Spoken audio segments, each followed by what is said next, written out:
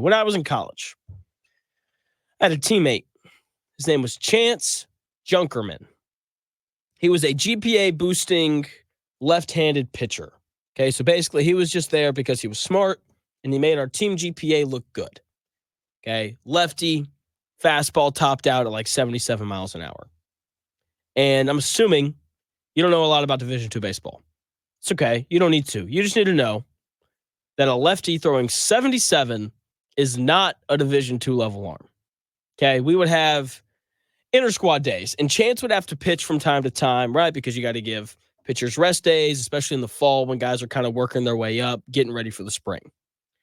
And, whenever Chance would pitch, you just hoped that you were going to get to hit when he was pitching, right? That's just the reality of it, right? Like if you were slumping, you definitely hoped that you were going to have an opportunity to face Chance Junkerman. You may not get a hit, but you knew you were going to find a barrel. He was the get-right pitcher. When things weren't going well, you didn't want to go hit in the cage. You didn't want extra BP swings. You just wanted to face Chance Junkerman in a scrimmage because he was terrible. And you knew he was going to leave a fastball out somewhere over the middle of the plate, and you were going to find a barrel. And even if you didn't get a hit, even if you got unlucky and you lined out, you just knew that finding a barrel would help you. And that's just who he was. He was the get-right pitcher. And there were get-right hitters as well. There's a guy named Axton. Didn't matter who he faced. He was an easy K. So if you were struggling with control, if you kept hanging your breaking ball, like this is the guy that you wanted to pitch to. It's just the reality of it. And we have a matchup this weekend between the get-right defense of the Colts and the get-right offense of the Titans.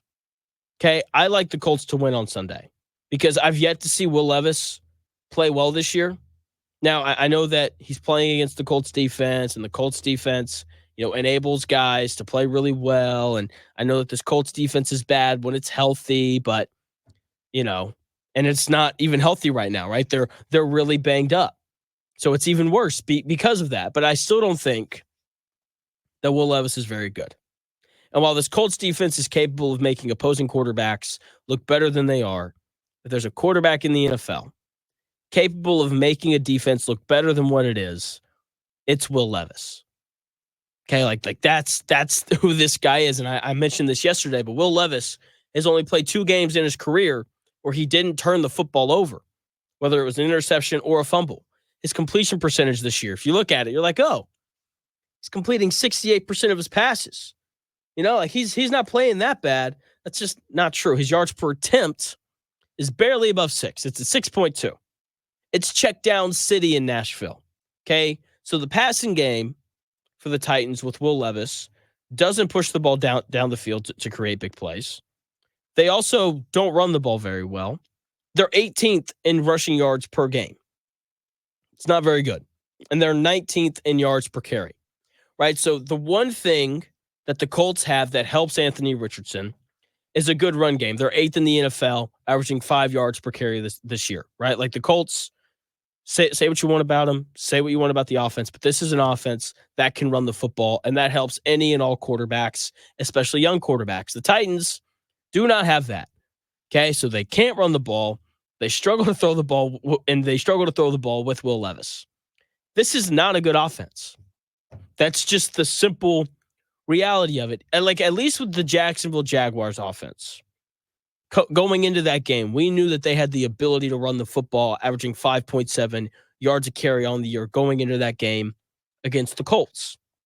Okay, they had something that they could lean on. The Titans have nothing that they can lean on. I've talked about this before. The best offenses in the NFL have something or somebody that when things aren't going very well, they can go to. The Chiefs have, the Mahomes to Kelsey connection. The Vikings have the Sam Darnold to Justin Jefferson connection. The Colts, when Jonathan Taylor's healthy, he's kind of that guy that they can rely on. Titans do not have that. They can't run it and they can't throw it, right? And while this Colts defense feels like the get-right defense, the defense that you want to play when things aren't going very well, offensively, that is. The Titans have the get-right offense. This is the offense that you want to play when you're trying to get your defense going. right? And it seems like they could be that when Will Levis plays. This Colts defense has an opportunity to respond after a bad showing last week. Gus Bradley knows that he's on the verge of getting fired. Gus Bradley knows that if he doesn't turn things around quickly, he's going to be looking for a new job. That or he's going to wind up on TV. Okay, like that is where Gus Bradley is at right now. And look, when your back's against the wall and you're fighting for your job, you tend to work just a little bit harder. You tend to stay at the office just a little bit later. Okay, so because of that, I expect for this Colts defense to be ready to go this week. I expect for Gus Bradley to pull out all the stops. I expect him to do whatever it takes to keep his job because his job depends on limiting one of the worst offenses in the NFL this week. If Will Levis and the Titans come out and look like the best offense in the NFL against Gus Bradley, he will not be here much longer. That's what you'd think at least. Who knows what Gus Bradley is going to do. Okay? I fully expect for this defense to be prepared, and it didn't feel like they were prepared last week. Okay? Offensively, when it comes to the Colts, I expect for them to be fine no matter who plays quarterback. Shane Steichen has won games with Gardner Minshew, who's now backing up Aiden O'Connell in Las Vegas. Okay? He's won games with Anthony Richardson. He put up 34 points with Joe Flacco last week. Look, the Colts could put me back there at quarterback, and I think we'd find a way to score points.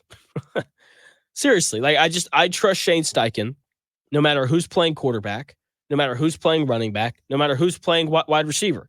He hasn't been here very long. Okay, I know that. But the Colts they were 11th in points per game scored last year, right? With a guy who can't beat out Aiden O'Connell in Las Vegas as their starting quarterback. Okay, like this is a guy in Shane Steichen who is going to figure out ways to score points. Okay, I get it. He hadn't been here that long. He hasn't won a ton of games. But I feel like Colts fans that watch they know and understand that the problem is not Shane Steichen. The problem is Gus Bradley and Chris Ballard.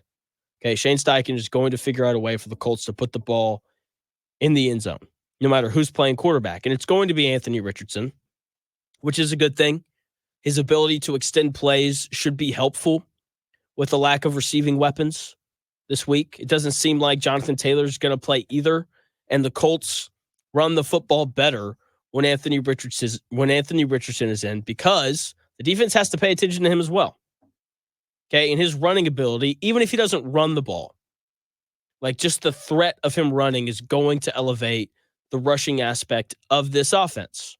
Okay, and look, he's going to run. I'm telling you right now, Shane Steichen's going to run him. Hopefully, Anthony Richardson has learned his lesson and he starts sliding. Okay, Trey Sermon returned to practice yesterday. That's good. Okay, like Jonathan Taylor's not going to play. It'd be even worse if Jonathan Taylor and Trey Sermon were both not going to play. That should help the run game. I like Tyler Goodson. Evan Hull, he's on the practice squad for a reason. Like, I'm glad it's Trey Sermon and Tyler Goodson as opposed to Tyler Goodson and Evan Hull. Okay, being down your top two running backs, no matter who you are, wouldn't be ideal. Okay, the Colts are going to figure out a way to run the football, though, because Anthony Richardson's back there. And more importantly, they're going to figure out how to make big plays through the passing game. Okay, they are. And I think that's what's going to be the difference in the game on Sunday. They're going to have elite speed at receiver no matter who's out there. Like Ashton Doolin is the Colts' slowest receiver this week, and he ran like a 4.46. Okay? Alec Pierce ran a 4.41. He's almost a 4.3 guy, right? And then Gould and A.D. Mitchell are both 4.3 guys. Okay? So when you have that much speed, like crossing routes have the ability to go for 40 yards. Drag routes have the ability to go for, 45 yards, right? Like they are going to be explosive in the pass game this week. I think we're going to see a lot from the tight ends as well. Maybe that's Ogletree. Maybe it's Granson. Maybe it's Molly Cox. Maybe it's Will Mallory, right? Second-year guy out of Miami. I think it's going to be a lot of Granson. I think he's proven to be the Colts' best receiving tight end so far this year.